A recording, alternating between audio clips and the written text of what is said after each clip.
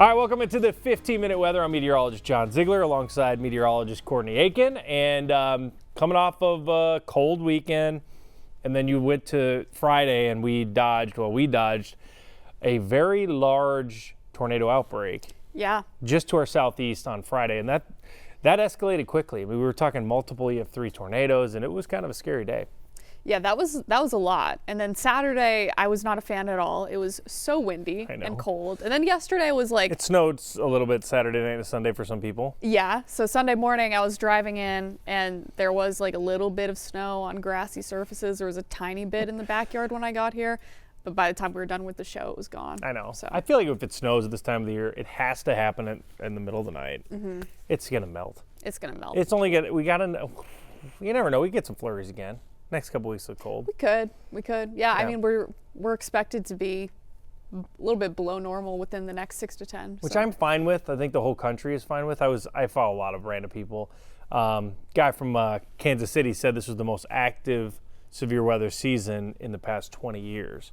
For them. Yeah, and I believe it. I think it makes sense. So, and I look at Kansas City as kind of like somewhere in the middle of all of the nonsense, right? Bullseye-ish. It is, yeah. I would say obviously it's a little more active south of Kansas City, but they're in it. And I was like, and Wisconsin's had the most active start to a tornado season on history. So we're going to take a break. I think when you talk about cold air, a break is going to be good for everybody. I think so too. I mean, people will immediately think, oh, we don't want to be colder. It's supposed to be spring. It's supposed to be getting warmer. Well, we're in the time of the year. Like this month, I feel like especially, if it gets warm, it's going to storm. So It's like, keep that in mind. Yes. And I think the next couple of days is one of the chances where, yes, we'll have a chance for storms Thursday because it's getting warm, but we're going to be talking about fire danger because we haven't had a lot of rain. Right. And nothing's growing yet. So I think the big story is beautiful weather with caveat fire danger, so don't burn today. Yeah, especially today. We've got that red flag warning out to the west and really all of northern Minnesota as well. We have that in the graphic, so we'll get to that in just a second. I think this starts with the time lapse. Really pretty this morning. Lots of color there. And it was kind of a chilly morning. I know that you were talking about dressing the kids for school. It's a complicated time of year because it's cold in the morning, but they're going to be warm. Because it warms 40 degrees. And we were nerding out a little bit about that, how this is the only time of the year you can warm 40 in one day. Yes, and it has a lot to do with the air is drier, so it takes less energy to warm up a dry air mass than one that has a lot of moisture. Right. So high fire danger to the west today. That sunny stretch continues today, tomorrow, and Wednesday. After that, our next rain chance is Thursday. But as far as today is concerned, red flag warning from 11 o'clock through 8 o'clock in the evening. Not the Twin Cities, but pretty much everywhere to the north and west of us. We're looking at winds out of the south today, 15, even 25, close to 30 miles per hour. With temperatures, a mixed bag in the 50s, 60s, and 70s will be the warmest in that southwestern portion of the state. Late tonight, not as chilly, 40s here in the Twin Cities, still some 20s and low 30s to the north. For places like Bemidji, you're still kind of in the freezer. And then as we get into tomorrow afternoon, really nice day. Should be in the 70s. I don't know why we wanted to zoom in real close there. We just want to see St. Cloud. We just want to see St. Cloud. We love you, St. Cloud. 77. Shout out St. Cloud. Oh, there we go. Hey, go back. We got to look at it. There we go. There we Quick go. zoom. I was like, what's going Upper on here? 70s. I know. That's never happened before. That's okay. Nice day. I think I don't know. We're going to have to warm up tomorrow's day. Yeah. And then even more so on Wednesday, 80. So 80 to 85 probably. We'll take it. 75 on Thursday. Windy for sure. Good chance of rain. Maybe some storms. We'll have a better idea of that in the next day or so. And then into Friday and the upcoming weekend, we're back down in the upper 50s, which really just levels us out, brings us closer to average. Yeah, I mean, there's a reason that the storm systems come right up to the edge of Minnesota, not all the way through. Historically speaking, climatologically speaking, in April, that's Iowa, that's southern Wisconsin, that's northern Illinois. And we've seen that. If these same patterns happen in 3-4 weeks, then we're going to have tornado outbreaks. So, would like it to not. Yeah, would be a lot cooler if it didn't. I know, I would like it. I just genuinely, we're going to go through a colder period into early May, and that is not going to be conducive to severe weather. We're not going to see a bunch of severe weather. All right, should we keep them moving? Let's keep it moving. Keep her moving out there. Nice day. Winds starting to crank up a little bit out here, 13 to 22 miles per hour. That's a change already from what we were looking at during the sunrise show. Yeah. I mean, we only had maybe 5-7 miles per hour, and it was even calm in some places, so it is starting to crank up. Yeah, and Marshall's always the one spot to watch here. This is definitely a day where we think that wildfires could get going. Unfortunately, because wind speeds are going to start going up here, 25 miles per hour. You can see 26 miles per hour. Now, this is actually in the metro. This goes till 11 o'clock or until the evening, and you can see why. Again, I'm going to do some green screen time. Why not? So you see it cut down here. Once we get to midnight, this threat's going to be over. Again, we're not going to have the wildfire threat. So back to this again. You can see the red flag warning. Now, why is areas of Menominee and Hayward not in this? It's because their temperature is lower. The dew points are slightly higher. That actually has risen here in the past a little while, but look at this dew point, 11. Should we take a look at let's take a look at the dew point in Las Vegas. What do you think that is? Take a guess. Oh, would it be single digits? No, it can't be that low because it's probably, well, let's see. They are 25. Okay. So you could argue that we have some of the driest air in the whole U.S., right? Yeah. And that's what happens at this time of the year. So 25. So again, most of us are lower than Las Vegas moisture in the atmosphere. So this is desert-like. It's desert-like. And we can drive in desert-like air when you drive it from the southwest. You know what's dry? The Chinook winds off of Denver. Chinook wind is the air as it comes off the Rockies. I mean, look at Denver. Anything east of Denver, you ever looked at it? I'm sure you have. Yeah, it gets real dry. It's like a desert. It's a different world out there. It's kind of like a desert, right? Well, we're taking those winds. If you zoom out, well, I'm not going to, but southwest of us is that area.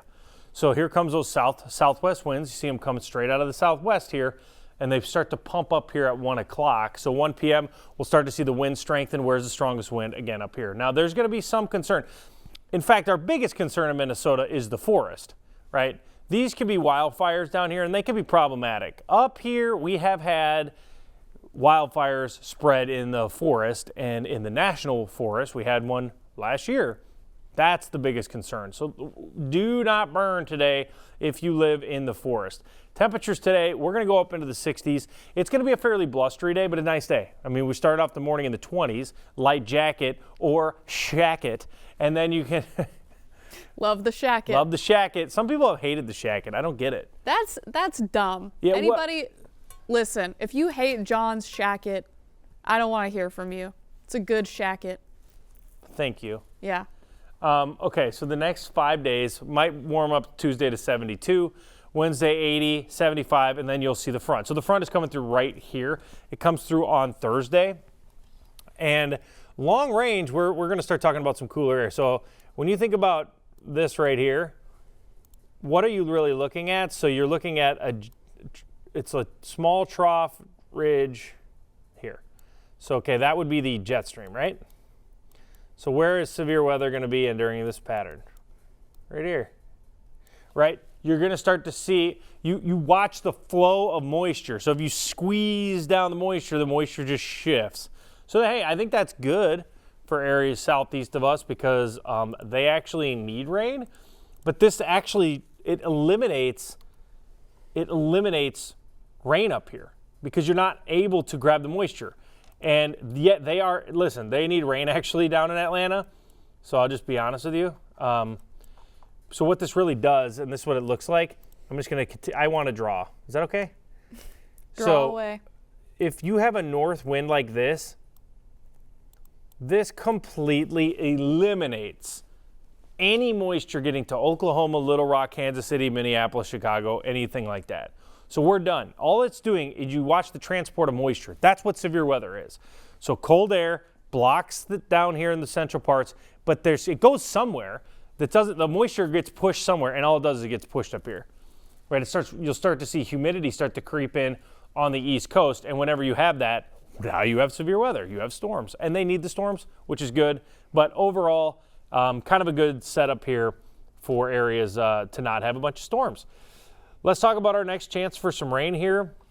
You'll see the next low pressure center. It's going to come in Wednesday night to the northwest. Going to be an interesting low because a lot of times in April, May, you get broken lows and they break off the jet and then they start swirling. You just don't want them to swirl overhead. So you'll watch this here as it comes in. All right, low's going to roll in here Thursday. Not the greatest setup. We could have some storms here. Best chance will be Thursday night. But notice that low. Where's the heaviest precip? It's north of the low. That's that washout stuff. And watch this bad boy just sit there and swirly whirly. See, but we get dry socketed. Yep. So a setup like this can be a complete washout unless you get dry socketed, which is just that southwest wind. Really, it's actually from the northwest and it draws all the way around the low and it gets squeezed up in it. But a lot of times, if that low, you see how retrograded is the word of the day? That means the low went the wrong direction. If that does that over you, like if that low was over the Twin Cities, then we would have some really, really, really crummy weather, which we kind of need. Yeah, I mean, it's been pretty dry. Yeah. Yeah, and I was actually looking out the next, again, take this with a grain of salt, still never good because models like to overdo precip long range, if anything. The European model, besides Thursday, gives us no rain for 360 hours. That's a long time, like weeks. That is a long time. So, you know what? I think we need rain. Please rain. We could use it, that's for sure. I mean, I think that there's some for sures and some unknowns with that next low. I think that for sure we will notice the winds start to pick up again.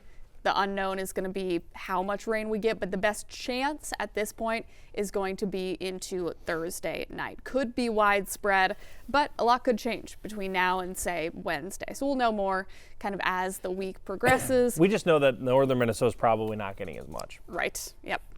Which is unfortunate because all of northern Minnesota is under that red flag warning today. And I didn't realize about the forest fires in the national forest. Yes, we've had, and they spread fast because it's dense. Because you have a lot of fuel to work with. Oh yeah, they're very dense woods up there.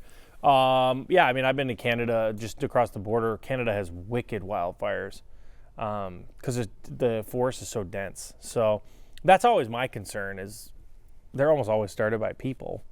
And yeah, once you get north of Brainerd, it's very thick woods, dense woods.